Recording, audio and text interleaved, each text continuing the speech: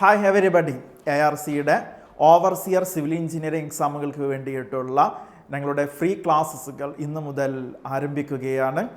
എല്ലാ ദിവസവും Monday to Saturday evening 7:30 PM നമ്മുടെ ലൈവ് സ്ട്രീമിംഗ് ഉണ്ടായിരിക്കുന്നത്. ഹോളിഡേയ്സിൽ ഉണ്ടാവില്ല, അതുപോലെ വിശേഷപ്പെട്ട ദിവസങ്ങൾ ഈദ് അതുപോലെ വിഷു ദിവസങ്ങൾ ഉണ്ടായിരിക്കില്ല. ബാക്കി എല്ലാ ദിവസങ്ങളിലും മൺഡേ ടു സാറ്റർഡേ ആയിരിക്കും ഈ ക്ലാസ്സുകൾ ഉണ്ടായിരിക്കുന്നത്.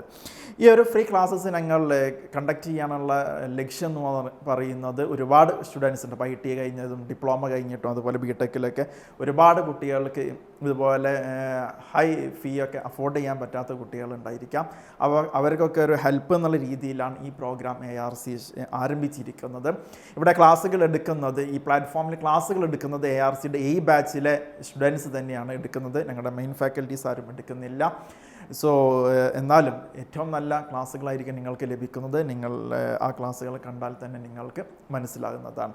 സോ ഇന്ന് മുതൽ ഞങ്ങളുടെ ക്ലാസ് ആരംഭിക്കുന്നത്, ഇന്നത്തെ സബ്ജക്റ്റ് എന്ന് പറയുന്നത് സർവേ ആണ്. ക്ലാസ് എടുക്കുന്നത് ഞങ്ങളുടെ ഈ ബാച്ചിലെ സ്റ്റുഡൻ്റായ അജിനാണ്. So stay tune every Monday to Saturday at 7:30 PM. നിങ്ങളിത് മാക്സിമം ആളുകളിലേക്ക് ഷെയർ ചെയ്യുക.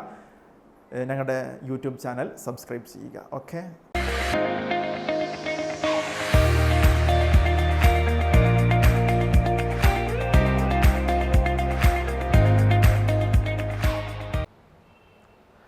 Welcome to ARC digital learning platform.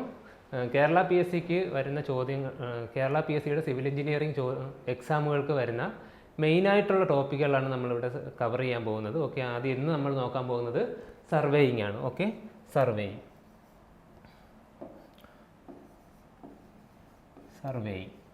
Okay, നിങ്ങൾക്ക് എല്ലാം അറിയാവുന്നതുപോലെ തന്നെ കേരള PSC എക്സാം ക്രാക്ക് ചെയ്യാനായിട്ട് മെയിനായിട്ട് നമ്മൾ പഠിക്കേണ്ട രണ്ട് സബ്ജക്റ്റുകളാണ്. അത് ഒന്ന് സർവേയിങ്ങും രണ്ടാമത്തെ ഏതാ ബിൽഡിംഗ് മെറ്റീരിയൽസും. ഓക്കെ, അതിൽ സർവേയിങ് ആണ് നമ്മളിവിടെ ഡീൽ ചെയ്യാൻ പോകുന്നത്. സർവേയിങ്ങിൻ്റെ എല്ലാ എക്സാമുകൾക്കും ചോദിക്കാൻ സാധ്യതയുള്ള കംപ്ലീറ്റ് സിലബസ് നമ്മൾ ഇവിടെ എന്ത് ചെയ്യുന്നുണ്ട്, കവർ ചെയ്യുന്നുണ്ട്. ഓക്കെ, ഇന്ന് മുതൽ നമ്മുടെ സർവേയിങ്ങിൻ്റെ ക്ലാസ് ഇവിടെ സ്റ്റാർട്ട് ചെയ്യുകയാണ്. ഓക്കെ, നമുക്ക് സ്റ്റാർട്ട് ചെയ്യാം.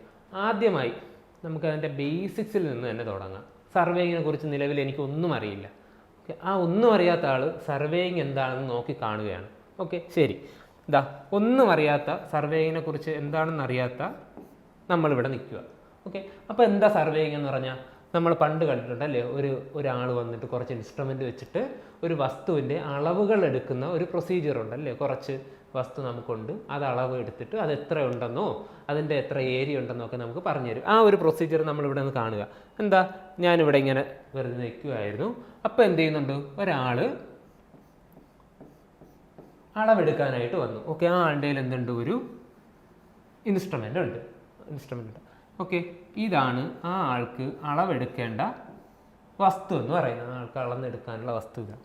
ഓക്കെ, ഇവിടെ ഒരു മരം നിൽപ്പുണ്ട്, ഇവിടെ ഒരു ചെറിയ വീട് നിൽപ്പുണ്ട്.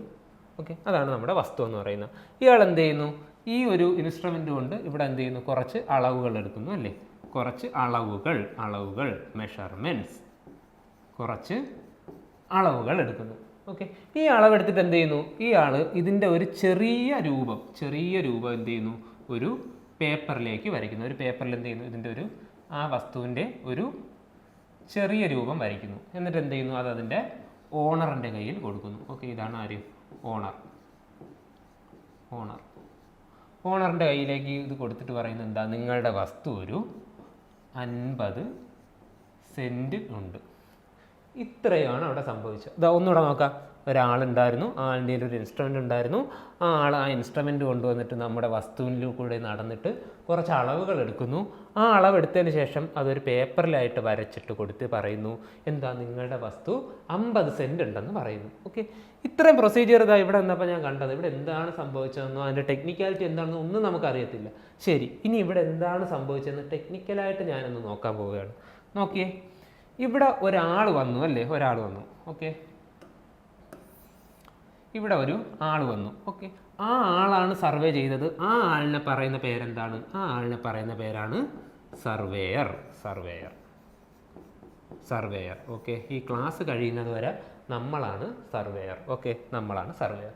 ആ ആളുടെ കയ്യിൽ എന്തോ ഒരു ഉപകരണം ഉണ്ടായിരുന്നല്ലോ, ഒരു ഇൻസ്ട്രുമെൻ്റ് ഉണ്ടായിരുന്നു. ഓക്കെ, ആ ഇൻസ്ട്രുമെൻറ്റിനെ പറയുന്ന പേരാണെന്ത്, ഇൻസ്ട്രുമെൻറ്റിനെ പറയുന്ന പേരാണെന്ത്, സർവേയിങ് ഇൻസ്ട്രുമെൻറ്റ്. സർവേയിങ്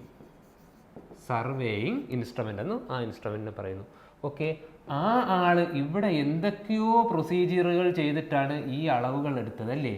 എന്തൊക്കെയോ അയാൾ അവിടെ ചെയ്തിട്ടുണ്ട്, എന്തൊക്കെയോ പ്രൊസീജിയർ ചെയ്തിട്ടാണ് അയാൾ ഇവിടെ ഈ അളവുകൾ എടുത്തിട്ടുള്ള ആ പ്രൊസീജിയറുകളെ പറയുന്ന പേരാണ്, അളവെടുക്കാനായി അയാൾ യൂസ് ചെയ്ത പ്രൊസീജിയറുകളെ പറയുന്ന പേരാണ് എന്ത്? സർവേയിങ്. അതിനെ പറയുന്ന പേരാണ് എന്ത്? സർവേയിങ്. Okay, surveying. ഓക്കെ, അളവെടുക്കാനായിട്ട് അയാൾ അവിടെ എന്തെല്ലാം, സർവേയർ എന്തെല്ലാം ചെയ്തോ ആ ഒരു പ്രൊസീജിയറിനെ, ആ ഒരു ആർട്ടിനെ പറയുന്ന പേരാണ് എന്ത്? സർവേയിങ് എന്ന്. ഓക്കെ, നമുക്കിവിടെ നമ്മുടെ ഫസ്റ്റ് ഡെഫിനിഷൻ, സർവേയിങ്ങിൻ്റെ ഫസ്റ്റ് ഡെഫിനിഷൻ കൊടുക്കാം. എന്താണ് സർവേയിങ്? സർവേയിങ് എന്താണെന്ന് ചോദിച്ചാൽ വളരെ സിമ്പിളായിട്ട് നമുക്ക് പറയാം, it is the art of taking measurements. അളവുകളെടുത്ത ആ ഒരു പ്രൊസീജിയറിനെ പറയുന്ന പേരാണെന്ത്? സർവേയിങ്. ഓക്കെ, അളവുകളെടുത്ത ആ ഒരു പ്രൊസീജിയറിനെ പറയുന്ന പേരാണെന്ത്? സർവേയിങ്. ഓക്കെ, സർവേ ചെയ്തതിന് അയാൾ എന്താ ചെയ്തത്? ഒരു ചെറിയ രൂപം വരച്ചല്ലേ, ഒരു ചെറിയ രൂപം വരച്ചു. ആ ചെറിയ രൂപത്തിനെ, നമ്മുടെ വസ്തുവിൻ്റെ ആ ഒരു ചെറിയ രൂപത്തിനെ പറയുന്ന പേരാണെന്ത്? പ്ലാൻ. ചെറിയ രൂപത്തിന് പറയുന്ന പേരാണെന്ത്? പ്ലാൻ. പ്ലാൻ വരച്ചിട്ട് അയാൾ എന്താ പറഞ്ഞേ? ഏരിയ എത്ര ഉണ്ടെന്ന് പറഞ്ഞല്ലേ? നമ്മുടെ ഏരിയ എത്രയുണ്ടെന്ന് പറഞ്ഞു. സോ നമുക്ക് എന്തറിയാം? സർവേയിങ് എന്താണെന്ന് അറിയാം. ഇനി ഇതാ ഇവിടെ ഈ ഒരു പ്ലാൻ വരച്ചില്ലേ? ഓക്കെ, ഇവിടെ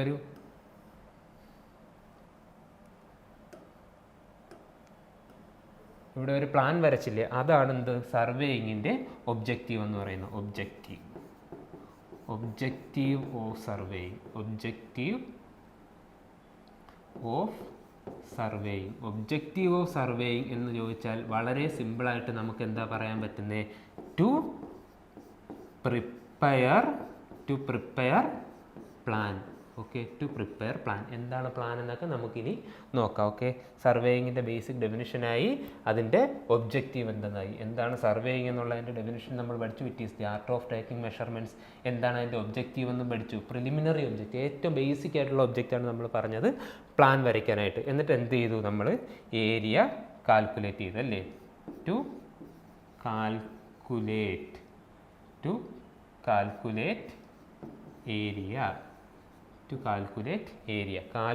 ഏരിയ. എന്തിനാണ് നമ്മൾ പ്ലാൻ വരച്ച്? ഏരിയ കാൽക്കുലേറ്റ് ചെയ്യാനായിട്ടാണ് നമ്മൾ എന്ത് ചെയ്തത്? പ്ലാൻ വരച്ചത്. ഓക്കെ, ഇത്രയാണ് നമ്മളവിടെ കണ്ട കാര്യങ്ങളെ, നമുക്ക് സർവേയിങ്ങിനെ കുറിച്ച് അറിയാത്ത നമ്മൾ ആ ഒരു ഫീൽഡിൽ കണ്ട കാര്യങ്ങളെ നമ്മൾ ടെക്നിക്കലി ഒന്ന് നോക്കിയതാണ് ഇത്രയും. ശരി, ഇനി ഇതാ നോക്കിയേ, നമുക്ക് സർവേ ചെയ്തത് എവിടെയാണ്? നമ്മുടെ ഭൂമിയിലാണല്ലേ, നമ്മുടെ സ്വന്തം ഭൂമി, വസ്തു അല്ലേ? അപ്പം എന്ത് ചെയ്യാം? നമുക്ക് ആ ഭൂമിയെക്കുറിച്ചൊന്ന് സംസാരിക്കണം. കാരണം എന്താ? നമ്മൾ സർവേ ചെയ്യാനായിട്ട് ഭൂമിയിലേക്കല്ലേ പോകുന്നത്. സർവേയിങ് എന്താ? ഡെഫിനിഷൻ എന്താ?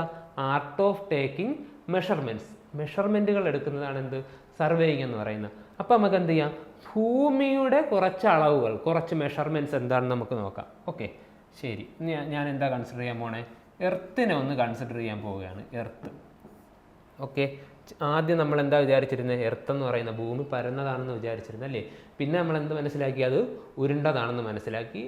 അതുകൊണ്ട് തന്നെ നമ്മൾ സാധാരണ എർത്തിനെ കൺസിഡർ ചെയ്യുന്നത് എങ്ങനെയായിട്ടാണ്? ഒരു ഗോളമായിട്ടാണ് അല്ലേ? ഒരു സ്ഫിയർ ആയിട്ടാണ് നമ്മൾ എന്തിനെ കൺസിഡർ ചെയ്യുന്ന? എർത്തിനെ കൺസിഡർ ചെയ്യുന്നത് സ്ഫിയർ ആയിട്ട്, ഗോളമായിട്ട്, സ്ഫിയർ ആയിട്ടാണ് നമ്മൾ കൺസിഡർ ചെയ്യുന്നത് അല്ലേ? ശരി, എന്താണ് ഒരു സ്ഫിയറിൻ്റെ പ്രത്യേകത? നോക്കിയേ, സ്ഫിയറിനൊരു സെൻറ്റർ ഉണ്ട്. ആ സെൻറ്ററിൽ നിന്ന് നമ്മൾ എവിടേക്ക് റേഡിയസ് വരച്ചാലും അതെല്ലാം തുല്യമായിരിക്കും. അതല്ലേ ഒരു സ്ഫിയറിൻ്റെ പ്രത്യേകത. സ്ഫിയർ എന്ന് പറയുമ്പോൾ എന്താ? നമ്മുടെ കയ്യിലിരിക്കുന്ന ഒരു ഫുട്ബോൾ, അതിൻ്റെ സെൻറ്ററിൽ നിന്നും അതിൻ്റെ എഡ്ജിലേക്ക്, അതിൻ്റെ സർഫസിലേക്ക് എവിടേക്ക് ഞാൻ റേഡിയസ് വരച്ചാലും ആ അളവുകളെല്ലാം എന്തായിരിക്കും? തുല്യമായിരിക്കും. അതിനെ എന്തെന്ന് പറയുന്നത്? ഞാൻ ആ സ്ഫിയറിൻ്റെ റേഡിയസ് എന്ന് പറയുന്നു. ഓക്കെ, അപ്പോൾ ഇതാണ് എർത്ത്. മനോഹരമായൊരു എർത്തുണ്ട്. ആ എർത്തിന് എന്തുണ്ട്? ഏത് വശത്തേക്ക് റേഡിയസ് വരച്ചാലും തുല്യമായിരിക്കും അല്ലേ? ഓക്കെ, പക്ഷെ പിന്നീട് നമുക്ക് മനസ്സിലായത് എന്താ? എർത്ത് ഇങ്ങനെ കറക്റ്റ് ഒരു ഗോളമല്ല, ഒരു സ്ഫിയർ അല്ല. പകരം എന്ത് സംഭവിക്കുന്നു? അതിൻ്റെ നടുക്ക് ഭാഗം ഒരല്പം പുറത്തേക്ക് ബൾജ് ചെയ്തിരിക്കുന്നു. അതിൻ്റെ ടോപ്പ് ആൻഡ് ബോട്ടം ഭാഗം ഒന്ന് അകത്തേക്ക് ചുരുങ്ങിയിരിക്കുന്നു. അങ്ങനെ ഒരു ഷേപ്പാണ്. കറക്റ്റ് സ്ഫിയറിൻ്റെ ഷേപ്പല്ല, പകരം എന്താ? ദേ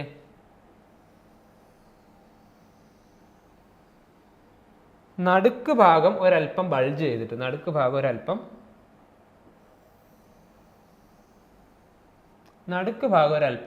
ബൾജ് ചെയ്തിട്ട് ഇതാ നോക്കിക്കോ. അപ്പം ഇതായിരുന്നു എൻ്റെ സെൻറ്റർ മാറിയിട്ടില്ല. ഇതാ ഇങ്ങനെ വരയ്ക്കുന്നു. നടുക്ക് ഭാഗം ഒരല്പം ബൾജ് ചെയ്ത് നിൽക്കുന്നു. അതുപോലെ ഈ ഒരു ആക്സിസ്, ഈ ഒരു പോർഷൻ എന്താ കുറച്ച് ചുരുങ്ങി നിൽക്കുന്നു. നോക്കി ഇവിടെ ആർ മൊത്തത്തിൽ 2R, ആർ മൊത്തത്തിൽ 2R. ഇവിടെ നോക്കി ഇതെന്ന് പറയുന്നത് ഒരല്പം വലുത്, ഇത് ഒരല്പം ചെറുതുമാണ്. സോ ഇവയുടെ അളവുകൾ തമ്മിൽ, ഈ ആക്സിസിൻ്റെയും ഈ ആക്സിസിൻ്റെ അളവുകൾ തമ്മിൽ ഒരു ഡിഫറൻസ് ഉണ്ട്. ഓക്കെ, സോ എന്തല്ല, ഇതൊരു സ്ഫിയർ അല്ല. ഈ ഒരു ഷേപ്പിനെ നമ്മൾ പറയുന്ന പേരാണ് ഒബ്ലേറ്റ്. എന്താ? ഒബ്ലേറ്റ് സ്ഫിറോയിഡ്. ഒബ്ലേറ്റ് സ്ഫിറോയിഡ് എന്നാണ് നമ്മൾ ഈ ഷേപ്പിനെ പറയുന്നത്. ഓക്കെ, ആദ്യം എന്തായിരുന്നു? എർത്ത് സ്ഫെറിക്കലായിട്ട് നമ്മൾ കൺസിഡർ ചെയ്തു. പിന്നെ നമുക്ക് മനസ്സിലായി ഇക്വേറ്ററിന്റെ ഭാഗം ഒരല്പം ബൾജ് ചെയ്ത് നിൽക്കുന്നു, പോൾസിന്റെ ഭാഗം ഒരല്പം ചുരുങ്ങി നിൽക്കുന്നു. സോ ആ ഒരു ഷേപ്പിനെ പറയുന്ന പേരാണെന്ത്? ഒബ്ലേറ്റ് സ്ഫിറോയിഡ്. ഒബ്ലേറ്റ് സ്ഫിറോയിഡ്. ഓക്കെ, ശരി. ഈ ഒരു ആക്സിസ് കണ്ടില്ലേ, ഇക്വേറ്ററിനെ കണ്ടില്ലേ നമ്മൾ? ഓക്കെ, ഈ ഇക്വേറ്ററിൽ ഉള്ള ആക്സിസിനെ പറയുന്ന പേരാണ് എന്ത്? ഇക്വിറ്റോറിയൽ ആക്സിസ് എന്ന് പറയും. എന്തെന്ന് പറയുന്നു? Equatorial axis. അതായത് ഈ ഇക്വേറ്ററിൽ ഞാൻ വരച്ചിരിക്കുന്ന ഈ വരയിനെ പറയുന്ന പേരാണ് എന്ത്? Equatorial axis. ഓക്കെ, ഇതെന്താ? ഇത് നോർത്ത് പോളല്ലേ, ഇതെന്താ? സൗത്ത് പോളല്ലേ. സോ പോളുകളിൽ തമ്മിൽ ചേർത്ത് വരച്ചിരിക്കുന്ന ഈ ഒരു ആക്സിസിനെ പറയുന്ന പേരാണ് എന്ത്? Polar axis. എന്തെന്ന് പറയുന്നടാ? Polar axis. ഓക്കെ, അപ്പോൾ ഇതെന്താണ്? ഇക്വിറ്റോറിയൽ ആക്സിസ് ആണ്. ഇതെന്താണ്? പോളാർ ആക്സിസ് ആണ്. ഓക്കെ, ശരി. നമുക്കിവിടെ അറിയാം എന്താ? ഇക്വിറ്റോറിയൽ ആക്സിസ് എന്ന് പറയുന്ന പോളാർ ആക്സിസിനേക്കാൾ വലുതാണ്. അതുകൊണ്ടാണല്ലോ നമ്മൾ ഒബ്ലേറ്റ് സ്ഫിറോയിഡ് എന്ന് പറയുന്നത്. ശരി, ഇനി നമുക്ക് അവയുടെ നീളങ്ങളെ കുറിച്ചൊന്ന് പരിചയപ്പെടാം.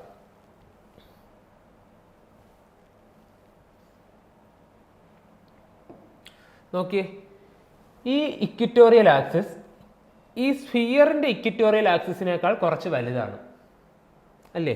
ഈ സ്ഫിയറിന്റെ ഇക്വിറ്റോറിയൽ ആക്സിസ് എത്ര? ഇവിടെ ഇക്വിറ്റോറിയൽ ആക്സിസ് ഞാൻ ഒന്ന് എഴുതുക. ഇക്വിറ്റോറിയൽ ആക്സിസ് എത്ര? ഇവിടെ 6 ഉണ്ട്, ഇവിടെ റേഡിയസ് 6 ഉണ്ട്. മൊത്തത്തിൽ എത്രയുണ്ട്? 2R ഉണ്ട് അല്ലേ?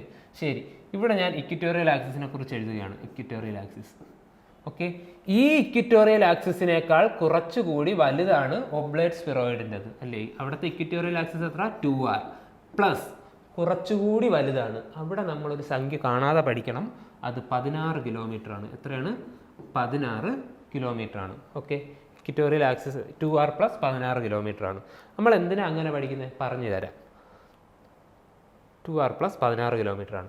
ഇനി നമുക്ക് എന്ത് നോക്കാം? പോളാർ ആക്സിസിൻ്റെ ലെങ്ത് നോക്കാം. പോളാർ ആക്സിസ് എന്ന് പറയുന്നത് ഇതാണ് നമ്മുടെ പോളാർ ആക്സിസ്. ഈ പോളാർ ആക്സിസ് ഇക്വിറ്റോറിയൽ ആക്സിസിനേക്കാൾ കുറച്ച് ചെറുതാണ്. പോളാർ ആക്സിസ് ഇക്വിറ്റോറിയൽ ആക്സിസിനേക്കാൾ ചെറുതാണ്. അപ്പം നമ്മൾ കുറച്ചല്ലേ പറ്റത്തുള്ളൂ. എത്ര കുറയ്ക്കണം? ഇതാണ് PSC ചോദിച്ചിട്ടുള്ള ചോദ്യം. 43 കിലോമീറ്റർ കുറവാണ്. ഓക്കെ, നമ്മുടെ പോളാർ ആക്സിസ് എന്ന് പറയുന്നത് ഇക്വിറ്റോറിയൽ ആക്സിസിനേക്കാൾ 43 കിലോമീറ്റർ കുറവാണ്. ഓക്കെ, ആ 43 കിലോമീറ്റർ എത്ര പെർസെൻറ്റേജ് ആണെന്നും PSC ചോദിച്ചിട്ടുണ്ട്. അതായത് ഇക്വിറ്റോറിയൽ ആക്സിസ് എനിക്കറിയാം. ഇക്വിറ്റോറിയൽ ആക്സിസിൻ്റെ 0.43% ആണ് ഈ 43 കിലോമീറ്റർ എന്ന് പറയുന്നത്. അതായത് ഇതാ കാണിച്ചു തരാം. നമ്മുടെ ഇക്വിറ്റോറിയൽ ആക്സിസിൻ്റെ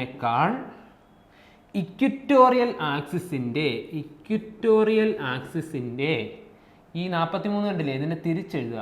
0.34% കുറവാണ് നമ്മുടെ പോളാർ ആക്സിസ് എന്ന് പറയുന്നത്. ഇതാ ഒന്നുകൂടെ നോക്കുകയാണെങ്കിൽ നമ്മുടെ ഇക്വിറ്റോറിയൽ ആക്സിസിൽ നിന്നും 0.34% എന്ന് പറയുമ്പോൾ 0.34 divide by 100 into equatorial axis. Okay, ഈ രണ്ട് ചോദ്യവും നമുക്ക് PSC പോയിന്റ് ഓഫ് വ്യൂവിൽ ഇമ്പോർട്ടൻ്റ് ആണ്. ഈ 43 കിലോമീറ്റർ എന്ന് പറയുന്നതും 0.34 എന്ന് പറയുന്നതും PSC പോയിന്റ് ഓഫ് വ്യൂവിൽ വളരെ ഇമ്പോർട്ടൻ്റ് ആണ്. ഓക്കെ, ഇക്വിറ്റോറിയൽ ആക്സിസിനേക്കാൾ 43 കിലോമീറ്റർ കുറവാണ് എന്ത് നമ്മുടെ പോളാർ ആക്സിസ്. ഈ 43 കിലോമീറ്റർ എന്ന് പറയുന്ന ഇക്വിറ്റോറിയൽ ആക്സിസിൻ്റെ 0.34 ഈ 43 തിരിച്ചെഴുതുക 0.34% കുറവുമാണ് നമ്മുടെ ഇക്വിറ്റോറിയൽ ആക്സിസ് എന്ന് പറയുന്നത്. ഓക്കെ, ഇത്രയുമാണ് നമുക്ക് ഭൂമിയുടെ ഷെയ്പ്പിനെ കുറിച്ച് ഒന്ന് റഫായി നോക്കാനുള്ളത്. ഓക്കെ, എന്തൊക്കെ പറഞ്ഞു നമ്മൾ? എർത്തിൻ്റെ ഷെയ്പ്പ് നമ്മൾ സ്ഫിയറായിട്ട് കൺസിഡർ ചെയ്തു. അതിന് പിന്നീട് മനസ്സിലായി അത് സ്ഫിയറല്ല, അതിൻ്റെ ഇക്വിറ്റോറിയൽ ആക്സിസ് കുറച്ച് ബൾജ് ചെയ്ത് നിൽക്കുന്നതെന്ന് മനസ്സിലായി. അതെന്ന് പറയുന്നത് പോളാർ ആക്സിസിനേക്കാൾ 43 കിലോമീറ്റർ ആണെന്ന് മനസ്സിലായി. അതിനെ പെർസെൻറ്റേജിൽ പറയുമ്പോൾ ഇക്വിറ്റോറിയൽ ആക്സിസിൻ്റെ 0.34% കുറവാണ് എന്ത് പോളാർ ആക്സിസ്. ഇത്രയാണ് നമ്മൾ ഇവിടെ നോക്കിയത്. ഓക്കെ, ശരി. ഇനി ഇവിടെ നമുക്ക് ഒരു ചെറിയ കൺസെപ്റ്റ് കൂടി നോക്കാനുണ്ട്.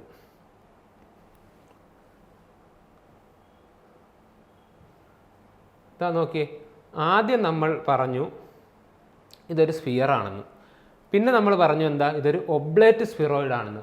പക്ഷെ ശരിക്കും എന്താണ് ഭൂമിയുടെ ഷേപ്പ് എന്ന് പറഞ്ഞാൽ അതിങ്ങനെ കറക്റ്റ് ഇവിടെ ബൾജ് ചെയ്ത് ഇവിടെ ചുരുങ്ങി നിൽക്കുന്ന ഒരു റെഗുലർ ഷേപ്പ് അല്ല. ഓക്കെ, ഇതൊരു റെഗുലർ ഷേപ്പ് അല്ല. നോക്കിയാൽ ഭൂമിയുടെ ഷേപ്പ് എന്ന് പറയുന്നത് ഒരു ഏകദേശമല്ല, എന്തായാലും അതൊരു റെഗുലർ ഷേപ്പ് അല്ല. അപ്പം അതിനെ നമുക്ക് ഉപമിക്കാനായി, അതിനെ താരതമ്യപ്പെടുത്താനായിട്ട് വേറെ ഒരു ഷേപ്പ് നമുക്ക് കിട്ടുന്നില്ല. ഭൂമിക്ക് അതിൻ്റേതായ ഒരു ഷേപ്പുണ്ട്, അതിന് മാത്രമുള്ള. ഓക്കെ, ആ ഒരു ഷേപ്പിനെ പറയുന്ന പേരാണെന്ത്? Geoid shape. എന്തെന്ന് പറയും? ജിയോയിഡ് ഷേപ്പ് എന്ന് പറയും. ജിയോയിഡ് നോക്കിയേ, ഈ വാക്കൊന്ന് ശ്രദ്ധിച്ചേ നിങ്ങൾ. ജിയോയിഡ്. ജിയോ എന്ന് പറഞ്ഞാൽ എന്താ? Jio means earth. എർത്ത് എന്നല്ലേ ഉള്ളൂ മീനിങ്. അതായത് ഭൂമിയുടെ shape of earth. Geo means ഭൂമി. ഭൂമിയുടെ ഷേപ്പ് എന്താണെന്ന് ചോദിച്ചാൽ ഉത്തരം ജിയോയിഡാണ്. ഭൂമിയുടെ ഷേപ്പ് എന്ന് പറയുന്നത് ജിയോയിഡാണ്. ഓക്കെ, നമ്മളിവിടെ കൺസിഡർ ചെയ്യുന്നത് സ്ഫിയറായിട്ട് ആദ്യം കൺസിഡർ ചെയ്തു, പിന്നെ അത് ഒബ്ലേറ്റ് സ്ഫിറോയിഡായിട്ട് കുറച്ച് അനാലിസിസ് ചെയ്തു, പിന്നെ ശരിക്കും എന്താണ് ഭൂമി? അത് ജിയോയിഡ് ഷേപ്പാണ്. നോക്കിയേ, നമ്മൾ ഈ രണ്ട് കൺസെപ്റ്റും, ഏതാ ഒബ്ലേറ്റ് സ്ഫിറോയിഡ് എന്ന് പറയുന്ന കൺസെപ്റ്റും ജിയോയിഡ് എന്ന് പറയുന്ന കൺസെപ്റ്റും ഈ ഭൂമിയുടെ ഇൻട്രൊഡക്ഷൻ പഠിക്കാൻ വേണ്ടി മാത്രം യൂസ് ചെയ്യുന്നതാണ്. ഇൻട്രൊഡക്ഷൻ പഠിക്കാനായിട്ട്. ഇനി നമ്മൾ എവിടെയൊക്കെ ഭൂമിയെക്കുറിച്ച് നമ്മൾ ഡീൽ ചെയ്യുന്നുണ്ടോ അവിടെയെല്ലാം നമ്മൾ പറയുന്നത് എന്താണ്? ഭൂമി സ്ഫിയർ തന്നെയാണ്. ഭൂമി സ്ഫിയർ ആണ് എന്നുള്ളൊരു കൺസെപ്റ്റിലാണ് നമ്മൾ ഇതിനെ പഠിക്കാൻ പോകുന്നത്. ഓക്കെ, ശരി.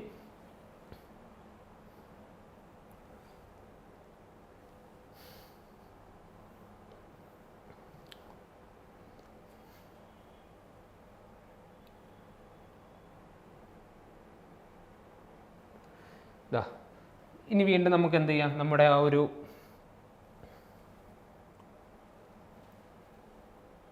ഇവിടെ കണ്ട സർവേയിങ്ങിൻ്റെ ആ ഒരു പ്രൊസീജിയറിലോട്ട് നമുക്ക് തിരിച്ചു പോവാം. ഇതാ നോക്കിയേ, ഈ ഇത്രയും പോർഷനാണ് എന്ത് സർവേയിങ് എന്ന് പറയുന്നത്. ഓക്കെ, ഇത്രയും പോർഷനാണ് സർവേയിങ് എന്ന് പറയുന്നത്. ഈ ലാൻഡിൽ ആണ് നമ്മൾ എന്ത് ചെയ്യുന്നത്? മെഷർമെൻ്റ് എടുത്തത്. ഈ ലാൻഡ് ഭൂമിയിലായിരുന്നു, ഭൂമിയുടെ കുറച്ച് കാര്യങ്ങൾ നമ്മൾ പഠിച്ചു. ഇനി ഇവിടെ മെഷർമെൻ്റ് എടുത്തപ്പോൾ വന്ന 1-2 കാര്യങ്ങളെക്കുറിച്ചാണ് നമുക്ക് എന്ത് ചെയ്യാനുള്ളത്? സംസാരിക്കാനുള്ളത്. ഓക്കെ, അവിടെ നമുക്ക് നോക്കാം എന്തൊക്കെയാണ് സംഭവിച്ചതെന്ന് നോക്കാം.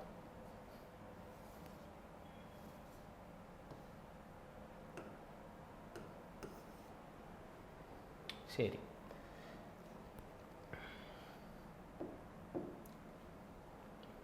നോക്കി, എനിക്ക് ഭൂമി ഇതായിരുന്നു എൻ്റെ വസ്തു. ഇതെൻ്റെ ഫ്രണ്ട് വ്യൂ. ഞാൻ ജസ്റ്റ് അതിനൊരു 3D ആയിട്ട് വരയ്ക്കാൻ ശ്രമിക്കുകയാണ്. ഇതായിരുന്നു എൻ്റെ വസ്തു.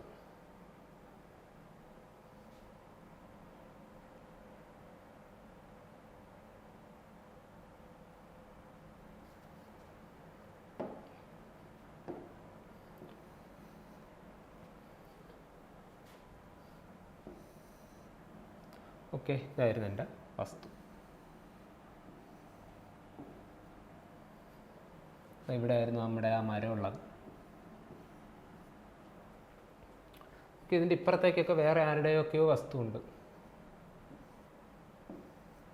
നമ്മളതൊന്നും തൽക്കാലത്തേക്ക് കൺസിഡർ ചെയ്യുന്നില്ല. ഓക്കെ, ഇത്രയും വസ്തുവിൻ്റെ ഈ അളവുകളാണ് എനിക്ക് എടുക്കാനുള്ളത്. ശരി, ഇതിലെങ്ങനെയാണ് നമ്മൾ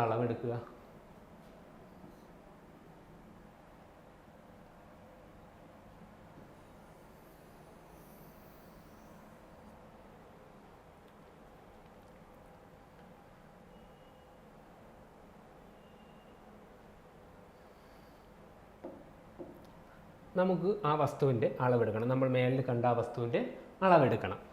എങ്ങനെ ഞാനിപ്പോൾ അളവെടുക്കുക? ഇതായിരുന്നു ഒരു കണ്ടീഷൻ എന്ന് പറയുന്നത്. നല്ല സ്മൂത്തായിട്ടുള്ള, ഞാൻ ആ ഫ്രണ്ട് വ്യൂ ആണ് അറിയുന്നത്, നമ്മുടെ വസ്തുവിൻ്റെ ഫ്രണ്ട് വ്യൂ. ഫ്രണ്ട് വ്യൂ എന്ന് പറയുമ്പോൾ നിങ്ങൾക്ക് മനസ്സിലാവാനായിട്ട് ഞാനിവിടെ എന്ത് ചെയ്യുന്നു, ഒരു മരം വരയ്ക്കുന്നു. ഓക്കെ, ഇതാണ് എൻ്റെ ഫസ്റ്റ് അതിർത്തി കല്ല്. Okay, boundary line. ഇവിടം മുതൽ ഇവിടം വരെയാണ് എന്തുള്ളത്, എൻ്റെ വസ്തു ഉള്ളത്.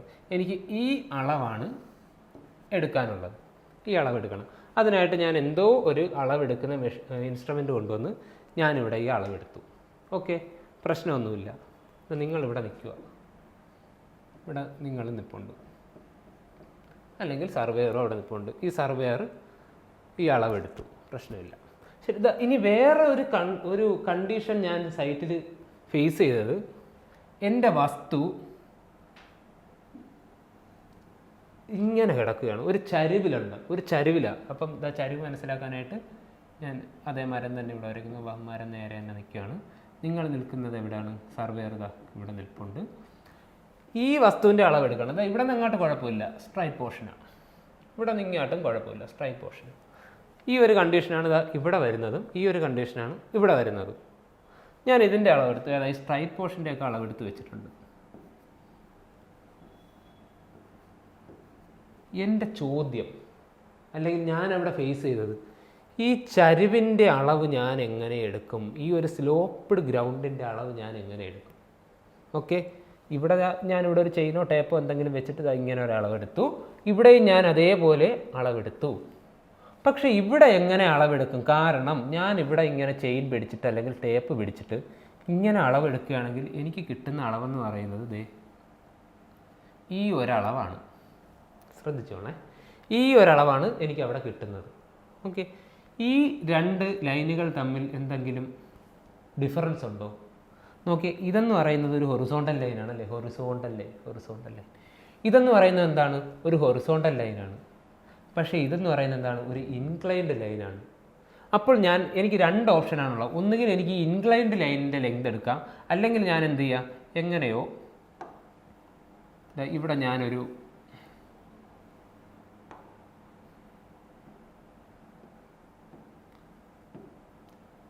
ഞാനൊരു ഒരു പോൾ മീൻസ് ഒരു കമ്പ്, ഒരു നീളമുള്ളൊരു കമ്പ് അവിടെ കൊണ്ടുവച്ചു. എന്നിട്ട് ഞാൻ ഈ ചെയിനിനെ ഇവിടെ നിന്നും ഇങ്ങോട്ട് പിടിച്ചു, ഈ ഒരു പോർഷനിലേക്ക് പിടിച്ചു.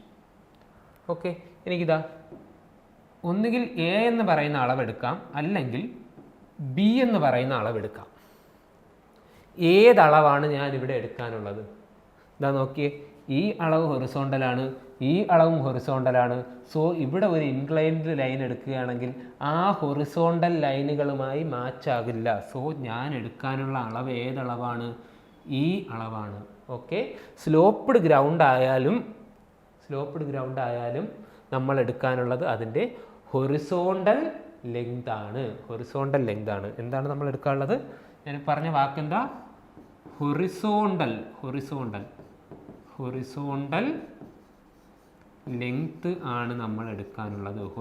ലെങ്ത് ആണ് നമ്മൾ എടുക്കാനുള്ളത്. ഓക്കെ, ഇവിടെ നമ്മൾ സർവേയിങ്ങിൻ്റെ അടുത്ത ഒരു പോർഷൻ അല്ലെങ്കിൽ ഒരു ഇമ്പോർട്ടൻ്റ് ആയുള്ള കൺസെപ്റ്റിലേക്ക് പോകുന്നു. Surveying deals with horizontal plane.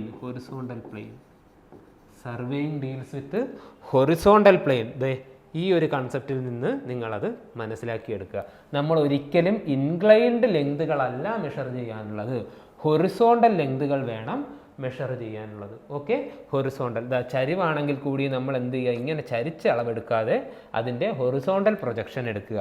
നോക്കിയേ, ഇപ്പോൾ ഞാനിവിടെ യൂസ് ചെയ്ത വാക്കെന്താ? പ്രൊജക്ഷൻ.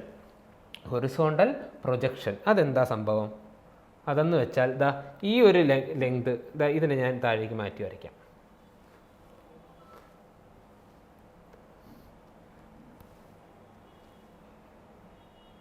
ആ ചരിച്ച് വരച്ചിരിക്കുന്നതിനെ ഞാനൊന്ന് താഴേക്ക് മാറ്റി വരയ്ക്കാം. ചരിച്ച് വരച്ചിരിക്കുന്നതിനെ നമുക്ക് താഴേക്കൊന്ന് മാറ്റി വരയ്ക്കാം. എന്നിട്ട് എന്ത് ചെയ്യുക, എനിക്കിതിൻ്റെ ഹൊറിസോണ്ടൽ ലെങ്തുകളാണ് വേണ്ടത്. ഞാൻ തൽക്കാലം അതിനെ മുകളിലേക്കൊന്ന് പ്രൊജക്റ്റ് ചെയ്യാൻ ശ്രമിക്കുകയാണ്. ഓക്കെ, ഇതൊരു പ്ലെയിനാണ്. ഈ പ്ലെയിനിലാണ് ഞാൻ ഇതിനെ പ്രൊജക്റ്റ് ചെയ്യാൻ നോക്കുന്നത്. ദേ ഈ ലൈൻ എനിക്കിവിടെ പ്രൊജക്റ്റ് ചെയ്താൽ എന്ത് കിട്ടും? ഇങ്ങനെ കിട്ടും. കാരണം സ്ട്രൈറ്റ് അല്ലേ, പാരലൈൻ. ഈ ലൈനിനെ ഞാൻ മേളിലേക്ക് പ്രൊജക്റ്റ് ചെയ്താൽ എനിക്ക് എന്ത് കിട്ടും? ഇങ്ങനെ കിട്ടും. നോക്കിയേ, ഈ ഒരു ചരിവിനെ ഞാൻ മുകളിലേക്ക് പ്രൊജക്റ്റ് ചെയ്താലും എനിക്ക് എന്താ കിട്ടുന്നത്? ഹൊറിസോണ്ടൽ ലൈനാണ്. ഓക്കെ, ഉദാഹരണത്തിന് ഈ ഒരു ചരിഞ്ഞ നീളം, ഈ ഒരു സ്ലോപ്പ്ഡ് ഡിസ്റ്റൻസ് എന്ന് പറയുന്നത് ഒരു 50 മീറ്റർ ഉണ്ടായിരുന്നെന്ന് വെച്ചോ, സപ്പോസ് ഒരു എക്സാമ്പിളായിട്ട്. അങ്ങനെയാണെങ്കിൽ ഈ കിട്ടുന്ന പ്രൊജക്ഷൻ ഈ 50നേക്കാൾ കൂടുതലായിരിക്കും കുറവായിരിക്കും? നോക്കിയത് ഇത്രയുണ്ട്. അതിൻ്റെ പ്രൊജക്ഷൻ എന്ന് പറയുമ്പോൾ എത്രയേ ഉള്ളൂ? ഇത്രയേ ഉള്ളൂ. ഇതെന്ന് പറയുന്നത് എപ്പോഴും 50നേക്കാൾ കുറഞ്ഞൊരു വാല്യൂ ആയിരിക്കും. ഉദാഹരണത്തിന് ഞാനിവിടെ 40 എന്ന് പറയുന്നു. ഓക്കെ, ചെറിയൊരു വാല്യൂ ആയിരിക്കും നമുക്ക് മേളിൽ കിട്ടുന്നത്. ഓക്കെ, ശരി, ആ ഒരു നമ്പറിന് നമുക്കിവിടെ പ്രാധാന്യമില്ല. ഇതെങ്ങനെ കിട്ടുന്നു? ഇത് നമ്മൾ സർവേ ചെയ്തെടുക്കുന്നു. ഇനി എന്താണ് ഇതിൻ്റെ കൺസെപ്റ്റ്? നോക്കി, ഇത് നമുക്ക് കിട്ടണമെങ്കിൽ, ഹൊറിസോണ്ടലി പ്രൊജക്റ്റ് ചെയ്യണമെങ്കിൽ എന്താണ് നമ്മൾ ചെയ്യാനുള്ളത്? ഹൊറിസോണ്ടലി പ്രൊജക്റ്റ് ചെയ്യാനായിട്ട് ഇങ്ങനെ ആലോചിച്ച് വെച്ചാൽ മതി. ഇത് എൻ്റെ വസ്തുവാണ്. ഈ വസ്തു പ്രകാശത്തിന്, അതായത് താഴെ ഞാൻ മേലിലോട്ടൊരു ലൈറ്റ് കൊടുക്കുകയാണെങ്കിൽ എൻ്റെ വസ്തു പ്രകാശത്തിനെ കടത്തി വിടത്തില്ല, നിഴലാവും. ഓക്കെ, ഉദാഹരണത്തിന് ഇതെൻ്റെ കൈയാണ്. ഞാനിവിടെ വെച്ചിട്ടൊരു ടോർച്ച് അടിക്കുകയാണെങ്കിൽ എന്ത് സംഭവിക്കുന്നു? ഇത്രയും പോർഷൻ മാത്രം നമുക്ക് ബാക്കിൽ നിഴലായിരിക്കും. ഈ പുറത്തെല്ലാം നമുക്ക് ലൈറ്റ് കിട്ടും അല്ലേ? അതുപോലെ എന്ത് ചെയ്യാം, നമുക്കിവിടെ ഒരു ലൈറ്റ് വെച്ച് നോക്കാം. അടിയിൽ ഞാൻ എന്ത് ചെയ്യുന്നു? ഒരു ടോർച്ച് ലൈറ്റ്, ഒരു ലൈറ്റ് വയ്ക്കുന്നു. Okay, light. ഈ ലൈറ്റ് കത്തിക്കുമ്പോൾ എന്ത് സംഭവിക്കുന്നു? ഇത് മുകളിലേക്ക് വന്നിട്ട് എന്ത് ചെയ്യുന്നു? ബാക്കിയല്ല, നമ്മുടെ ബൗണ്ടറിക്ക് പുറത്തുകൂടി ലൈറ്റ് മുകളിലേക്ക് പോകുന്നു. ലൈറ്റ് മുകളിലേക്ക് പോകുന്നു. പക്ഷേ നമ്മുടെ ബൗണ്ടറിക്കുള്ളിൽ മാത്രം ഇത്രയും ഭാഗത്തൊരു നിഴൽ വീഴുന്നുണ്ട്. ഓക്കെ, ഇത്രയും ഭാഗത്തൊരു നിഴൽ വീഴുന്നു. ഓക്കെ, ആ ഒരു നിഴലിൻ്റെ നീളം, ആ ഒരു പ്രൊജക്ഷൻ്റെ ലെങ്ത് നമുക്കവിടെ സർവേ ചെയ്തെടുക്കാനുള്ള ലെങ്ത് എന്ന് പറയുന്നത്. ഓക്കെ, ഇതാണ് അതിൻ്റെ പ്രൊജക്ഷൻ. ഓക്കെ, നമുക്കിനി ആ ഡെഫിനിഷൻ ഒന്നുകൂടെ നോക്കാം. Surveying deals with horizontal plane. Okay, surveying deals with horizontal plane. ഇതാണ് ഹൊറിസോണ്ടൽ പ്ലെയിൻ എന്ന് പറയുന്ന ഒരു കൺസെപ്റ്റ്. നമുക്ക് ഏത് ഒരു ചരിഞ്ഞ വസ്തു ഉണ്ടെങ്കിലും അതിൻ്റെ താഴെ നിന്ന് ഞാൻ ലൈറ്റ് അടിക്കുകയാണെങ്കിൽ അതിനെ ഒരു ഹൊറിസോണ്ടൽ ആയിട്ടുള്ള പ്ലെയിനിൽ ഞാൻ അതിൻ്റെ നിഴലിനെ പിടിച്ച് എടുക്കുകയാണെങ്കിൽ അതായിരിക്കും എൻ്റെ പ്ലാൻ എന്ന് പറയുന്നത്. നോക്കിയേ, നമുക്കിവിടെ അപ്പോൾ എന്തായിരിക്കും ചെയ്തത്? ഈ ഒരു വസ്തുവിൻ്റെ അടിയിൽ ഒരു ടോർച്ച് വെച്ചിട്ട് അതിനെ മുകളിലേക്ക് പ്രൊജക്റ്റ് ചെയ്തിട്ട് അതിനൊരു ഹൊറിസോണ്ടൽ പ്ലെയിനിൽ പതിപ്പിച്ച ആ ഒരു രൂപമാണ് നമ്മുടെ ഈ പ്ലാൻ എന്ന് പറയുന്നത്. ഓക്കെ, ഹൊറിസോണ്ടൽ പ്രൊജക്ഷനാണ് നമ്മുടെ പ്ലാൻ. ഓക്കെ, നമ്മൾ അത്രയും മനസ്സിലാക്കിയിരിക്കുക. എങ്കിലും ഇവിടെ ഒരു കീവേഡായി പഠിച്ചു വെക്കാനുള്ള ഒന്ന് മാത്രമേ ഉള്ളൂ. Survey deals with horizontal plane.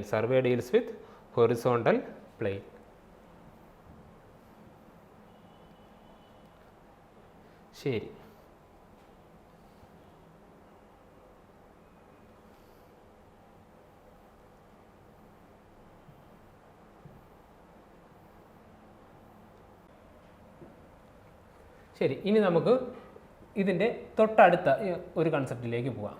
Okay, എനിക്ക് ഒരു ഏരിയ സർവേ ചെയ്തെടുക്കാനുണ്ട്. അതൊരു ചെറിയ ഒരു ഏരിയയാണ്. നമ്മൾ സാധാരണ നമ്മുടെ വസ്തുവൊക്കെ അളക്കുന്ന ഒരു ചെറിയ ഏരിയ. ഓക്കെ, അതിന് നമ്മൾ എന്താ ചെയ്തത്? ഇവിടെ ഞാനൊരു ലൈറ്റ് വെച്ചിട്ട് അതിനെ ഒരു പ്ലെയിനിലേക്ക് പ്രൊജക്റ്റ് ചെയ്തു അല്ലേ?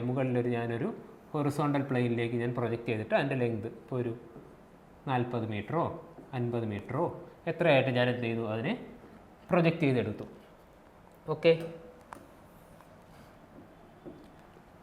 ഇതൊരു ചെറിയ ഏരിയ ആണെങ്കിൽ മാത്രമേ നമുക്ക് ഇങ്ങനെ ചെയ്യാൻ പറ്റത്തുള്ളൂ. സപ്പോസ് നമ്മൾ ഭൂമിയുടെ ഒരു വലിയൊരു ആസ്പെക്റ്റിലേക്ക് പോവുകയാണ്. ഇതാണ് നമ്മുടെ ഭൂമി. ഓക്കെ, ഇതിലൊരു കൊച്ചു പോർഷനായിരുന്നു ഞാനിവിടെ വരച്ചിരുന്നത്. ഇവിടെ ഇപ്പോൾ ഭൂമിയുടെ ഒരു വലിയ പോർഷനിലേക്ക് നമ്മൾ പോവുകയാണ്. ഇവിടെ എനിക്ക് എന്താ ചെയ്യാനുള്ളത്? ഈ രണ്ട് പോയിന്റുകൾക്കിടയിലുള്ള നീളമാണ് നമുക്ക് കണ്ടുപിടിക്കാനുള്ളത്. നമ്മുടെ ഡെഫിനിഷൻ എന്താ? Surveying deals in horizontal plane എന്നാണ് അല്ലേ? Horizontal plane. ഹൊറിസോണ്ടൽ പ്ലെയിൻ ഞാനിവിടെ വരയ്ക്കുകയാണെങ്കിൽ എന്താ സംഭവിക്കുന്നത്? ഇതാ ഇങ്ങനെയാണ് എൻ്റെ ഹൊറിസോണ്ടൽ പ്ലെയിൻ ഇരിക്കുക അല്ലേ? Horizontal plane. അപ്പോൾ എന്ത് ചെയ്യണം? ഞാൻ ഇതിനെന്താ മുകളിലേക്ക് പ്രൊജക്റ്റ് ചെയ്യണം.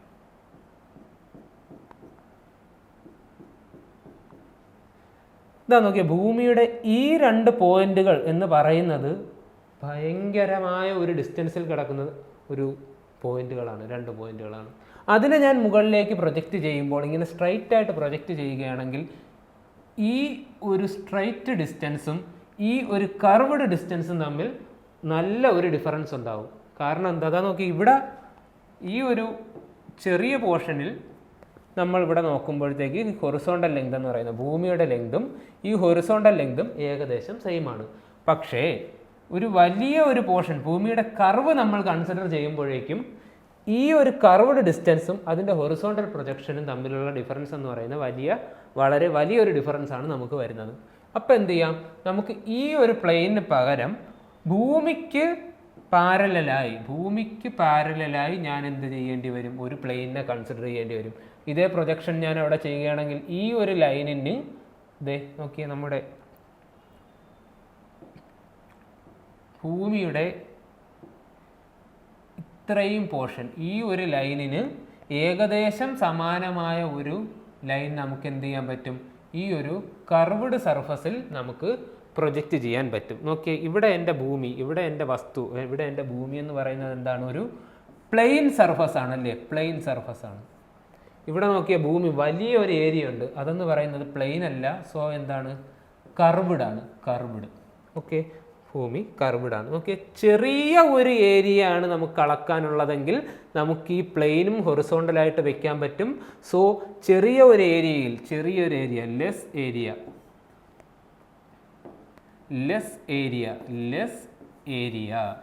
ഏരിയയിൽ ചെയ്യുന്ന ഈ ഒരു സർവേയിങ്ങിനെ പറയുന്ന പേരാണ് എന്ത്?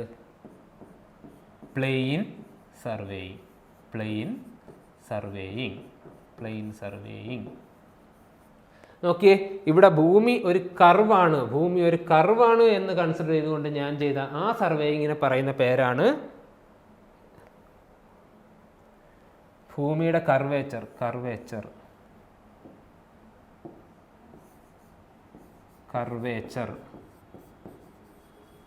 Of earth. ഭൂമിയുടെ കർവേച്ചർ ഓഫ് എർത്ത് കൺസിഡർ ചെയ്തുകൊണ്ട് ഞാൻ നടത്തിയ ആ സർവേയിങ്ങിൻ്റെ പേരാണ് എന്ത്?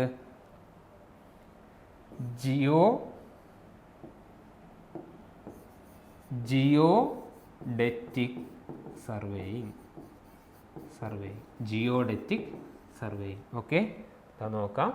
ഭൂമി ഒരു സ്ട്രൈറ്റ് ആണ്, ഒരു ചെറിയ ഏരിയയിൽ ഭൂമി സ്ട്രൈറ്റ് ആണ് എന്ന് കൺസിഡർ ചെയ്ത് ഞാൻ നടത്തിയ സർവേയിങ്ങിനെ പറയുന്ന പേരാണ് എന്ത്? Plane surveying. ഭൂമിയുടെ കർവേച്ചർ കൺസിഡർ ചെയ്തുകൊണ്ട് ഞാൻ നടത്തിയ സർവേയിങ്ങിൻ്റെ പേരാണ് എന്ത്? Geodetic surveying. ഓക്കെ, നമ്മൾ PSC പോയിന്റ് ഓഫ് വ്യൂവിൽ നോക്കുമ്പോൾ ചെറുതാണ് എന്ന് പറഞ്ഞിട്ട് കാര്യമില്ല, അതിന് നമ്മൾ എന്ത് ചെയ്യണം? സ്പെസിഫിക് ആയിട്ട് പഠിക്കണം അല്ലേ? എത്ര വന്നാലാണ് ചെറുത്, എത്ര വന്നാലാണ് വലുത്? ഓക്കെ, ചെറിയ ഏരിയ ആണെന്ന് നമ്മൾ പറയുമ്പോൾ അതിൻ്റെ സ്പെസിഫിക് ആയിട്ടുള്ള ഡിസ്റ്റൻസ് അല്ലെങ്കിൽ അതിൻ്റെ ആ ഒരു മെഷർമെൻറ്റ് നമ്മൾ പഠിച്ചിരിക്കണം. ഏരിയ, നമുക്ക് അളക്കാനുള്ള ഏരിയ 250 കിലോമീറ്റർ സ്ക്വയറിനേക്കാൾ കുറവാണെങ്കിൽ മാത്രമേ നമുക്ക് എന്ത് ചെയ്യൂ?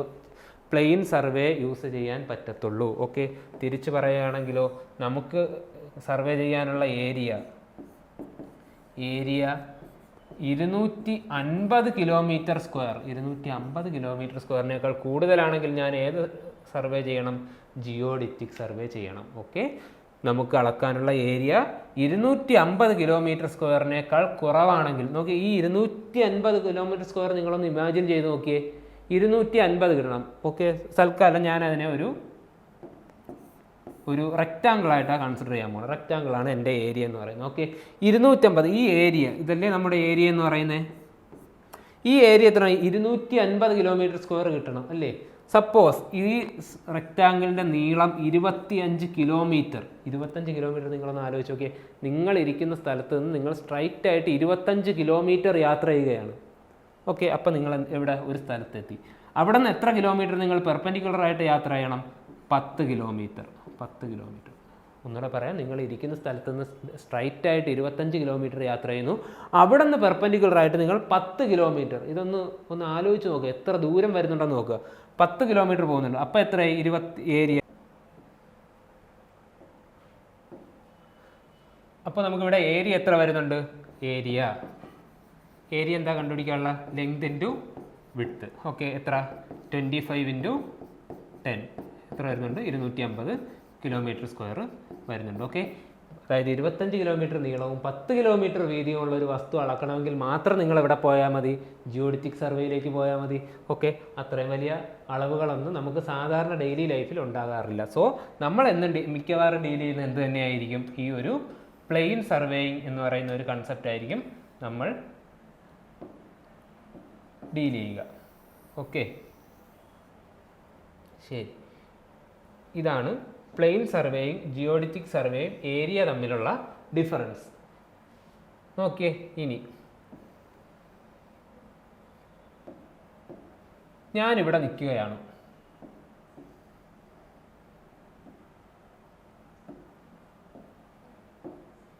ഇവിടെ നിൽക്കുക. എൻ്റെ കയ്യിൽ ഒരു പ്ലംബ് ബോബ് ഉണ്ട്. എന്താ പ്ലംബ് ബോബ്? നമ്മുടെ മേശന്മാരെല്ലാം ഭിത്തി കെട്ടുമ്പോഴത്തേക്ക് അതിൻ്റെ വെർട്ടിക്കാലിറ്റി നോക്കാനായിട്ട് ഒരു നൂലും അതിൻ്റെ അടിയിൽ ഒരു ബോബും കാണും. ഓക്കെ, നമ്മൾ മലയാളത്തിൽ തൂക്കുകെട്ട എന്നൊക്കെ അവർ ലോക്കൽ ലാംഗ്വേജിൽ പറയും. Okay, plumb Bob. Okay, plumb Bob. എൻ്റെ കയ്യിലൊരു പ്ലംബ് ബോബ് ഉണ്ട്. ഓക്കെ, ആ പ്ലംബ് ബോബ് ഞാൻ താഴേക്ക് ഇടുമ്പോൾ എങ്ങനെ നിൽക്കുന്നത്? ഇങ്ങനെ നിൽക്കും. ഇതിൻ്റെ അടിയിൽ ആരുണ്ട്? ഇങ്ങനെ ഒരു സാധനമുണ്ട്. ഇതാണ് എൻ്റെ പ്ലംബ് ബോബ്. ഞാൻ ഇപ്പുറത്തേക്ക് മാറി നിൽക്കുക. എന്നിട്ട് ഞാൻ എന്ത് ചെയ്യുന്നു? ഇതേ പ്ലംബ് ബോബിനെ വീണ്ടും താഴേക്ക് ഇടുന്നു. ഓക്കെ, ഞാൻ വീണ്ടും ഇപ്പുറത്തേക്ക് മാറിയിരുന്നു. എന്നിട്ട് എന്ത് ചെയ്യുന്നു? ആ പ്ലംബ് ബോബിനെ വീണ്ടും താഴേക്ക് ഇടുന്നു. ഓക്കെ, എവിടെ നിന്ന് ഞാൻ താഴേക്ക് ഇട്ടാലും അത് കറക്റ്റ് വെർട്ടിക്കലായി തന്നെ നിൽക്കും. എവിടെ നിന്ന് താഴേക്ക് ഇട്ടാലും അത് വെർട്ടിക്കലായി തന്നെ നിൽക്കും. ഈ പ്ലംബ് ബോബിൻ്റെ ലൈനുകൾ മാത്രം ഞാൻ ഒന്ന് താഴേക്ക് എടുത്ത് വരയ്ക്കാം. ഓക്കെ, ഇതെൻ്റെ ഫസ്റ്റ് പ്ലംബ് ബോബിൻ്റെ ലൈൻ, ഇതെൻ്റെ സെക്കൻഡ് പ്ലംബ് ബോബിൻ്റെ ലൈൻ, ഇതെൻ്റെ മൂന്നാമത്തെ പ്ലംബ് ബോബ്. അങ്ങനെ എവിടെയെല്ലാം ഞാൻ പ്ലംബ് ബോബ് വയ്ക്കുന്നോ അവിടെയെല്ലാം എന്ത് സംഭവിക്കും? ഇവ പാരലായിട്ടായിരിക്കും നിൽക്കുക. ഇത് നേരെ താഴോട്ട് നിൽക്കുന്നു, തൊട്ടപ്പുറത്തേക്ക് വെക്കുമ്പോൾ താഴേക്ക് നിൽക്കുന്നു, തൊട്ടപ്പുറത്തേക്ക് വെക്കുമ്പോൾ താഴോട്ട് നിൽക്കുന്നു. എവിടെ വെച്ചാലും അവ പാരലായിട്ടായിരിക്കും നിൽക്കുന്നത്. ഓക്കെ, എവിടെ? Plane surveying. ഇതാ നിങ്ങൾ ഇവിടെ ഒന്ന് നോക്കിയേ. ഞാൻ എവിടാ നിൽക്കുന്നത്? ഞാൻ ഇവിടെ നിൽക്കുന്നത്. എൻ്റെ കയ്യിൽ എന്തുണ്ട്? ഒരു പ്ലംബ് ബോബ് ഉണ്ട്. Plumb Bob. ഈ പ്ലംബ് ബോബ് എങ്ങനെയാണ് നിൽക്കുന്നത്? ഇങ്ങനെയാണോ നിൽക്കുന്നത്? അതേ ചരിഞ്ഞാണോ നിൽക്കുന്നത്? നമ്മളെല്ലാവരും കൊച്ചിലെ പഠിച്ചിട്ടുള്ള എന്താ? ഭൂമി ഏതൊരു വസ്തുവിനെയും അതിൻ്റെ സെൻറ്ററിലേക്ക് ആകർഷിക്കുന്നു, അല്ലേ? അതിൻ്റെ കേന്ദ്രത്തിലേക്ക് ആകർഷിക്കുന്നു. സോ ഇതാണ് ഭൂമിയുടെ സെൻറ്ററെങ്കിൽ ഇവിടെ നിൽക്കുന്ന എൻ്റെ പ്ലംബ് ബോബ് എങ്ങനെയായിരിക്കും? ഇങ്ങനെയായിരിക്കും. ഓക്കെ, ഇപ്പുറത്ത് നിൽക്കുന്ന ഞാനൊരൽപ്പം മാറി നിൽക്കാം. ഇവിടെ നിൽക്കുന്ന എൻ്റെ കയ്യിലെ പ്ലംബ് ബോബ് എങ്ങനെയായിരിക്കും? ഭൂമിയിലേക്കായിരിക്കും സെൻറ്റർ ചെയ്യുക. ഞാൻ ഇപ്പുറത്തേക്ക് മാറിയിരിക്കാം. ഇവിടെ എന്തുണ്ട്? എൻ്റെ കയ്യിൽ പ്ലംബ് ബോബ് ഉണ്ട്. ആ പ്ലംബ് ബോബ് എങ്ങോട്ടാണ് നോക്കി നിൽക്കുന്നത്? സെൻറ്ററിലേക്കായിരിക്കും നോക്കി നിൽക്കുന്നത്. ഇവിടെ പ്ലംബ് ലൈനുകൾ പാരലൽ അല്ല. ഓക്കെ, ജിയോഡറ്റിക് സർവേയിൽ പ്ലംബ് ലൈനുകൾ പാരലൽ അല്ല, അവയെല്ലാം ഭൂമിയുടെ സെൻറ്ററിലേക്കാണ് നോക്കി നിൽക്കുന്നത്. സോ നമുക്കത് എവിടെ എഴുതാം? Plumb lines are not parallel. Plumb ലൈനുകൾ പാരലൽ അല്ല. ശരി, ഇവിടെ നമുക്ക് എഴുതാം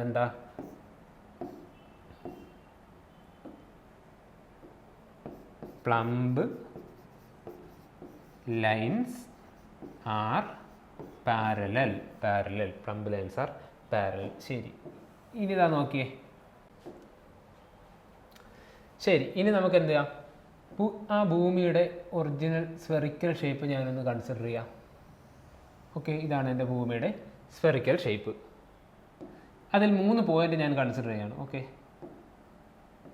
1, 2, 3. ഞാനിപ്പോൾ ഈ പോയിന്റിൽ നിൽക്കുകയാണ്. ആ പോയിന്റിൽ നിന്ന് എനിക്ക് ഇപ്പുറത്തെ പോയിന്റിലേക്ക് വരണം. അതുപോലെ ഇവിടെ നിന്ന് ഇവിടേക്കും പോകണം, തിരിച്ചും പോകണം. നോക്കിയേ, ഇതൊരു 3D ആണ്. 3D നമ്മുടെ ബോർഡിന് പുറത്തേക്കും അതിനെന്തുണ്ട്, ഒരു ബൾജിങ് ഉണ്ട്. ഓക്കെ, അപ്പോൾ ഞാൻ ഇവിടെ നിന്ന് ഇങ്ങോട്ട് വരണമെങ്കിൽ ഒരു 3D ആയതുകൊണ്ട് തന്നെ ഞാൻ എന്ത് ചെയ്യണം, ഒരു കർവ്ഡ് സർഫസിൽ കൂടി മാത്രമേ എനിക്ക് ഇവിടെ എത്താൻ പറ്റത്തുള്ളൂ. അതുപോലെ ഇവിടെ നിന്ന് തിരിച്ചത് ഇവിടേക്ക് പോകാൻ എന്ത് ചെയ്യണം, ഒരു കർവ്ഡ് സർഫസിൽ കൂടി മാത്രമേ പോകാൻ പറ്റൂ. ഇവിടെ നിന്ന് ഇങ്ങോട്ട് വരാൻ ഒരു കർവ്ഡ് സർഫസിൽ കൂടി മാത്രമേ വരാൻ പറ്റത്തുള്ളൂ. ഓക്കെ, ഈ ഒരു കർവ്ഡ് സർഫസിൻ്റെ ഈ വന്ന ഒരു ട്രയാങ്കിളിനെ ഞാൻ താഴേക്കൊന്ന് മാറ്റി വരയ്ക്കാം. ഇതാ ആ ട്രയാങ്കിൾ ഞാൻ ഇങ്ങോട്ട് വരയ്ക്കുകയാണെങ്കിൽ അത്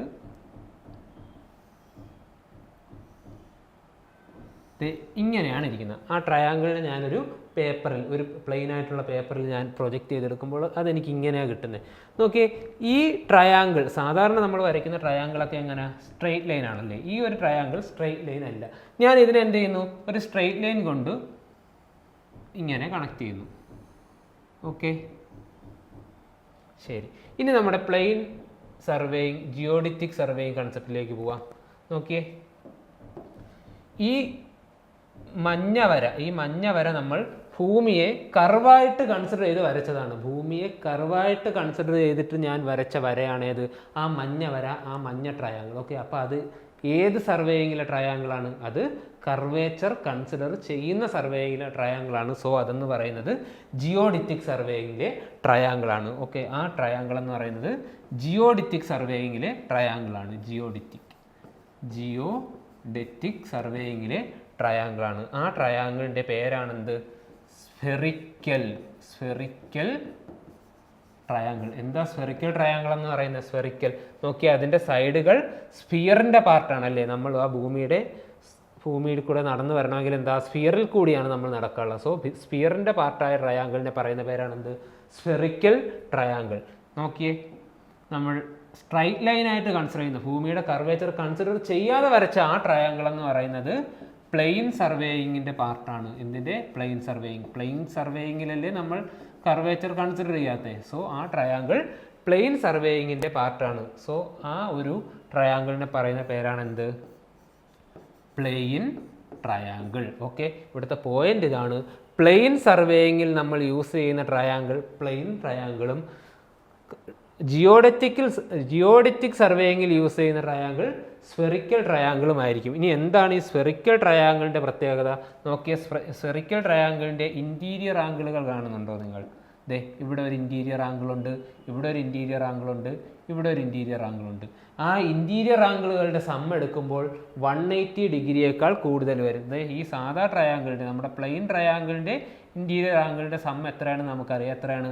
180 ഡിഗ്രിയാണ് അല്ലേ. സം ഓഫ് ഇൻറ്റീരിയർ ആംഗിൾ എന്ന് പറയുന്നത് 180 ഡിഗ്രിയാണ് നമുക്കറിയാം പ്ലെയിൻ ട്രയാങ്കിളിൻ്റെ. പക്ഷേ സ്ഫെറിക്കൽ ട്രയാങ്കിളൊക്കെ നോക്കിയേ, ഈ ആംഗിളിനേക്കാൾ വലിയ ആംഗിളുകളല്ലേ. So sum of interior angle എന്ന് പറയുന്നത് ഗ്രേറ്റർ ദാൻ 180 ഡിഗ്രി ആയിരിക്കും. ഓക്കെ, അതാണെന്ത്? സ്ഫെറിക്കൽ ട്രയാങ്കിളിൻ്റെയും പ്ലെയിൻ ട്രയാങ്കിളിൻ്റെയും ഒരു ഡിഫറൻസ് എന്ന് പറയുന്നത്. ഇനി ഇതാ നോക്കിയേ, പ്ലെയിൻ ട്രയാങ്കിളിൻ്റെയും സ്ഫെറിക്കൽ ട്രയാങ്കിളിൻ്റെയും 1-2 ഫീച്ചേഴ്സ് കൂടി നമുക്കൊന്ന് നോക്കാം.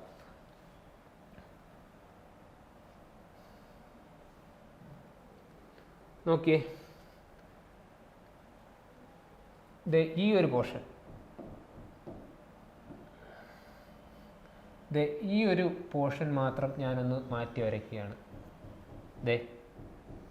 ആ ഒരു കർവ് ലെങ്തും അതിൽ വരുന്ന ഒരു സ്ട്രൈറ്റ് ലൈൻ, ഒരു കർവ് ലെങ്തും സ്ട്രൈറ്റ് ലൈനും, ഇവ തമ്മിലുള്ള ഡിഫറൻസ് അല്ലെങ്കിൽ ഇവ തമ്മിലുള്ള റിലേഷൻ എന്താണ്? നോക്കിയേ, നമ്മൾ 12 കിലോമീറ്റർ ഞാനൊരു സ്ട്രൈറ്റ് ലൈൻ വരച്ചു. ഓക്കെ, 12 കിലോമീറ്ററുള്ള ഒരു സ്ട്രൈറ്റ് ലൈൻ ഞാൻ വരച്ചു. ഓക്കെ, എന്നിട്ട് എന്താ, ആക്ച്വലി ഭൂമിയിൽ അത് വരാനുള്ളത് എങ്ങനെ? ഇതാ കർവേച്ചർ ആയിട്ടല്ലേ, 3D ആയതുകൊണ്ട്, സ്ഫിയർ ആയതുകൊണ്ട് കർവായിട്ട് വരണം. 12 കിലോമീറ്ററിൻ്റെ ഈ ഒരു സ്ട്രൈറ്റ് ലൈൻ വരച്ചതിന് ശേഷം ആ പോയിന്റുകൾ കൺസിഡർ ചെയ്യുന്ന സ്ഫെറിക്കൽ ട്രയാങ്കിളിൻ്റെ സൈഡും ഞാൻ കൺസിഡർ ചെയ്തു. ഓക്കെ, അങ്ങനെയാണെങ്കിൽ ഈ സ്ഫെറിക്കൽ ട്രയാങ്കിളിൻ്റെ സൈഡിൻ്റെ ലെങ്ത് എന്ന് പറയുന്നത് 12 കിലോമീറ്ററിനേക്കാൾ 1 സെൻറ്റിമീറ്റർ അധികമായിരിക്കും.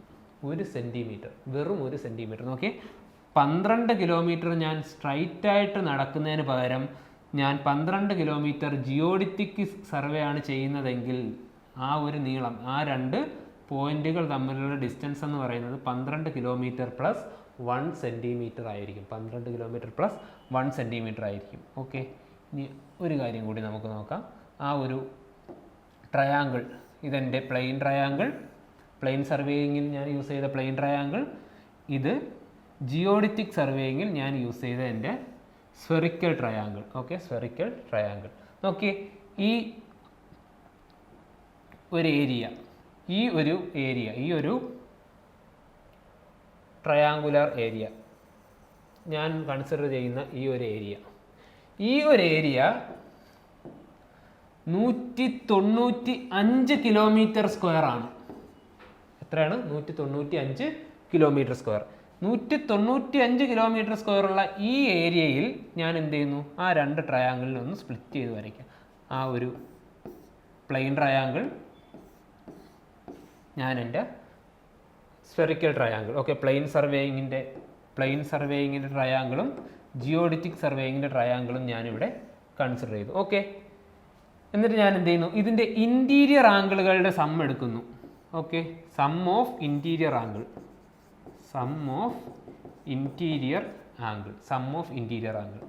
ഓക്കെ, ഇവിടെ ഞാൻ എന്ത് ചെയ്യുന്നു? ഇൻറ്റീരിയർ ആംഗിളുകളുടെ സം എടുക്കുന്നു. സം ഓഫ് ഇൻറ്റീരിയർ ആംഗിളുകളുടെ സമ്മ് ഞാൻ എടുക്കുകയാണ്. ഓക്കെ, ഇതിൽ ഏതായിരിക്കും നമുക്ക് വലുതെന്നറിയാം. ഓക്കെ, ഏതാ? നമ്മുടെ സ്ഫെറിക്കൽ ട്രയാങ്കിളിൻ്റെ ഇൻറ്റീരിയർ ആംഗിളുകളുടെ സം പ്ലെയിൻ ട്രയാങ്കിളിൻ്റെ ഇൻറ്റീരിയർ ആംഗിളുകളുടെ സമ്മിനേക്കാൾ കൂടുതലായിരിക്കും. ഇത് 195 കിലോമീറ്റർ സ്ക്വയർ ആണെങ്കിൽ 195 കിലോമീറ്റർ സ്ക്വയർ ആണ് ഇതിൻ്റെ ഏരിയ എങ്കിൽ ഇവയുടെ ഡിഫറൻസ് എന്ന് പറയുന്നത് 1 സെക്കൻഡ് ആയിരിക്കും. ഓക്കെ, ഈ 2 ഇൻറ്റീരിയർ ആംഗിളുകളുടെ സമ്മിൻ്റെ ഡിഫറൻസ് എന്ന് പറയുന്നത് 1 സെക്കൻഡ് ആയിരിക്കും. ഓക്കെ, ഇത് PSC ചോദിച്ചിട്ടുണ്ട്. അതുപോലെ നമ്മുടെ 1 സെൻറ്റിമീറ്റർ, ഈ ഒരു ക്വസ്റ്റ്യനും PSC ചോദിച്ചിട്ടുണ്ട്. ഓക്കെ, പ്ലെയിൻ ട്രയാങ്കിളിൻ്റെ ഏരിയ 195 കിലോമീറ്റർ സ്ക്വയർ ആണെങ്കിൽ അതിന് കറസ്പോണ്ടിങ് ആയിട്ടുള്ള സ്ഫെറിക്കൽ ട്രയാങ്കിളിൻ്റെ ഇൻറ്റീരിയർ ആംഗിളുടെ സം എന്ന് പറയുന്നത് ഇതിൻ്റെ ഇൻറ്റീരിയർ ആംഗിളിൻ്റെ സമ്മിനേക്കാൾ 1 സെക്കൻഡ് കൂടുതലായിരിക്കും. ഓക്കെ, അതുകൊണ്ട് ഒരു തവണ PSCയിൽ ഒരു ക്വസ്റ്റ്യൻ കണ്ടിട്ടുണ്ട്. എന്താ? ജിയോഡിറ്റിക് സർവേ എത്ര ഏരിയയേക്കാൾ കൂടുതലാണെങ്കിൽ നമ്മൾ യൂസ് ചെയ്യണം? ഓക്കെ, നമ്മുടെ ഓപ്ഷനിൽ 250 കിലോമീറ്റർ സ്ക്വയർ ഉണ്ടെങ്കിൽ അതാണ് ആൻസർ, അത് സെലക്ട് ചെയ്യുക. 250 ഇല്ലാതെ നമുക്ക് തന്നിരിക്കുന്ന ഒരു ഓപ്ഷനിൽ 195 കിലോമീറ്റർ സ്ക്വയർ എന്ന് പറയുന്ന ഒരു വാല്യൂ ഉണ്ടെങ്കിൽ അത് ഓപ്റ്റ് ചെയ്യുക. കാരണം എന്താ? ഇതാണ് കാരണം. സോ ഈ സർവേയിങ്ങിനെ നമ്മൾ പ്ലെയിൻ സർവേ, ജിയോഡിറ്റിക് സർവേ എന്ന് 2ആയി ക്ലാസിഫൈ ചെയ്തിട്ടുണ്ട്. ഏതാ? ഫസ്റ്റ് നമ്മൾ എന്താ ചെയ്തേ? Plane survey. രണ്ടാമത് നമ്മൾ എന്താ ചെയ്തേ? ജിയോഡിറ്റിക് സർവേ എന്താണ്? ഭൂമിയുടെ കർവേച്ചർ കൺസിഡർ ചെയ്തു. പ്ലെയിൻ സർവേയിൽ എന്താണ്? ഭൂമിയുടെ കർവേച്ചർ നമ്മൾ കൺസിഡർ ചെയ്തിട്ടില്ല. ഓക്കെ, ഈ ഒരു ക്ലാസിഫിക്കേഷനെ പറയുന്ന പേരാണ് പ്രൈമറി ക്ലാസിഫിക്കേഷൻ അല്ലെങ്കിൽ primary division. Primary classification of survey.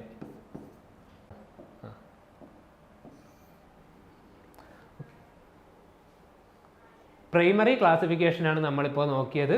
അപ്പോൾ തന്നെ നമുക്ക് മനസ്സിലാക്കാം ഇനിയും കുറച്ചുകൂടി ടൈപ്പ് ക്ലാസിഫിക്കേഷൻ ഉണ്ട്. ആ ക്ലാസിഫിക്കേഷനുകൾ നമുക്ക് തൊട്ടടുത്ത ക്ലാസ്സിൽ ഡീൽ ചെയ്യാം. ARC, the Gate Kochi Hub of Kerala.